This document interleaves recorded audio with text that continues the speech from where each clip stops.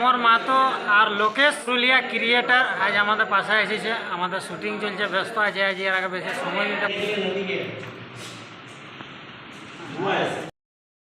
তো বন্ধুরা আজকে আমরা এসেছিলাম সাঁওতালডি কিছু ভিডিও শ্যুট করার পর আমরা ভাবলাম যে এখানে বাংলা ভাই ঘরটা আর বেশি দূর নয়, মানে বাংলা ভাইসের টিমে ছিলালা।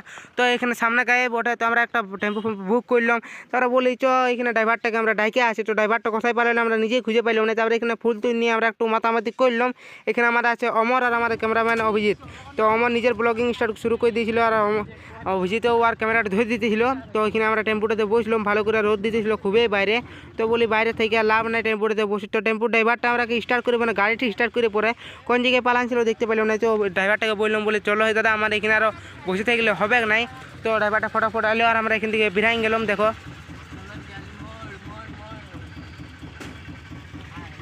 দিয়ে পরে যেতে যেতে আমার নিজের ব্লগ স্টার্ট করেছিল। আমরা খুবই মাথায় এনজয় করে গেলাম। সেদিনের দিনটা খুবই ভালো কাটিয়েছিল। তোমরা এখনও পর্যন্ত যদি চ্যানেলটাকে সাবস্ক্রাইব, লাইক আর শেয়ার আর কমেন্ট যদি না করে থাকো তাহলে ফটাফট করে দাও।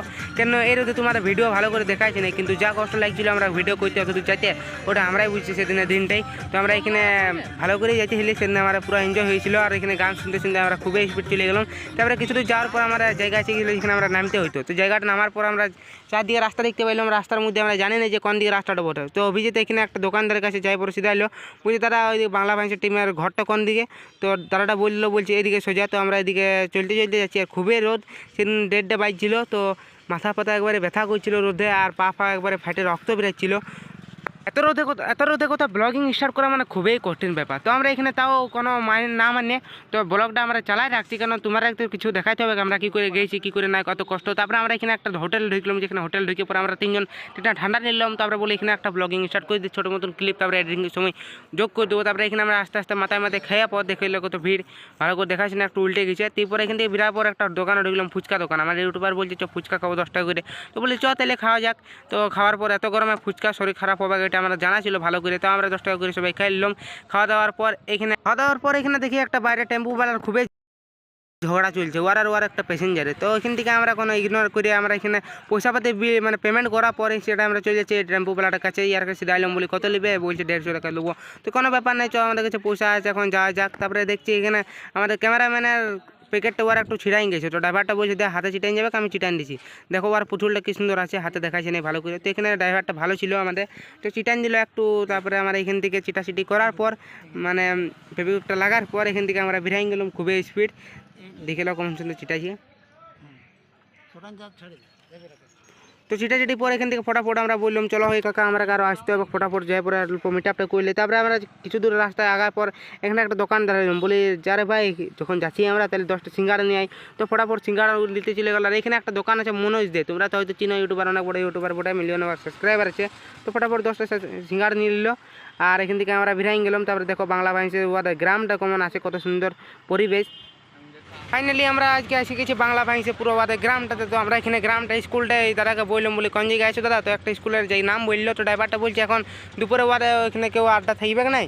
তো চ গ্রামটার মধ্যে ওরা কাউকে পাবি, ওইখানে একটা ছেলেকে পাইলে ওরা পুরো টিমটাকে পাই যাবি। তো আমরা বলি চলো তাহলে গ্রাম দিকে। দেখো একটা বাছুর আমরা দেখি কত দৌড়ছে। প্রথমে আমি দেখেছিলাম মানে ভিডিও শ্যুট করার সময়, তারপরে ভিডিও যখন এডিটিং করছি তারপরে দেখলাম যে বাছুরটা আমরা দেখে খুবই স্পিডে দৌড়ছে। তো দেখো ওদের গাটা সেটা একটা গলি চলে গেলো সাইডে একটু আগে। তো কিছুদিন আগার পর এখানে আমরা স্কুলটা পাইলাম। তারপরে স্কুলটা পাওয়ার পর দেখো ওদের শুটিং টুটিং চলছে।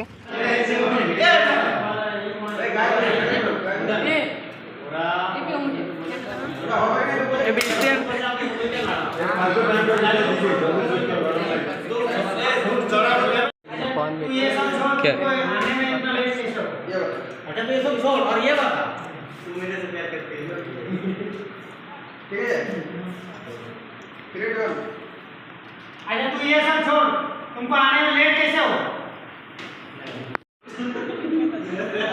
लेदा अच्छा तू ये सब छोड़ और ये बता तुमको आने में लेट कैसे हो?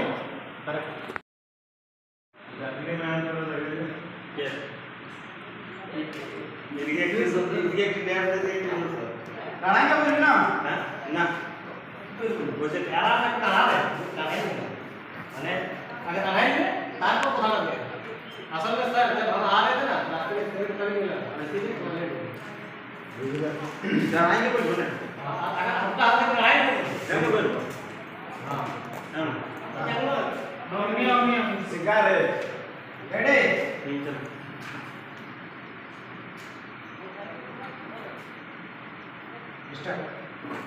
असल में सर जानते हैं हम आ रहे थे तो रास्ता में एक सिगरेट विगरेट गिरा ही मिला तो इसीलिए लेट हो गया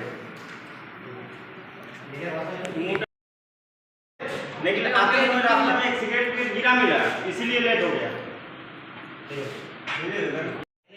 এখানে আমাদের শুটিং চলছিল তো আমার দাদার সাথে কিছু কথা বললাম দাদা বলছে সরি ভাই এখানে আমরা তোরা এসছি আমরা টাইম দিতে পারছি না তো বলি কোনো ব্যাপার নেই তোমার শুটিং চালাই রাখো আমরা এখানে 2-4টা ফটো তোলার পর তোমাদের সাথে তারপরে এখান থেকে আমরা পালাবো কেন আর ওইদিকে আমাদের গাড়ি ফাড়ি ধরতে পারবো না ঘর থেকে অনেক লেট হয়ে যাবে তো দাদা আমাদের এখানে বিড়াইলো তারপরে কিছু বললো তোমার নিয়ে সাপোর্ট কোন চ্যানেল আমার মা অমর মাতো আর লোক পুরুলিয়া ক্রিয়েটার আজ আমাদের পাশে এসেছে আমাদের শুটিং চলছে ব্যস্ত আছে আজ এর আগে বেশি সময় দিতে পারছি না কিন্তু যারা এই ভিডিওটা দেখছে যাকে লাইক কমেন্ট শেয়ার করবে আর যত পারবে সাপোর্ট করো ভাইরাকে অনেক দূর থেকে এসেছে যারা যেমনি আমরা মেহনত করছি সেরকম যারাও করবে নতুন নতুন এখন চ্যানেল খুলেছে তো যেমনি ভালোবাসা আমাকে দিয়েছ আশা করি তোমরাও নিয়ে ইয়ারাকে দিবে আর আগে বাড়াবার কোশিশ করবে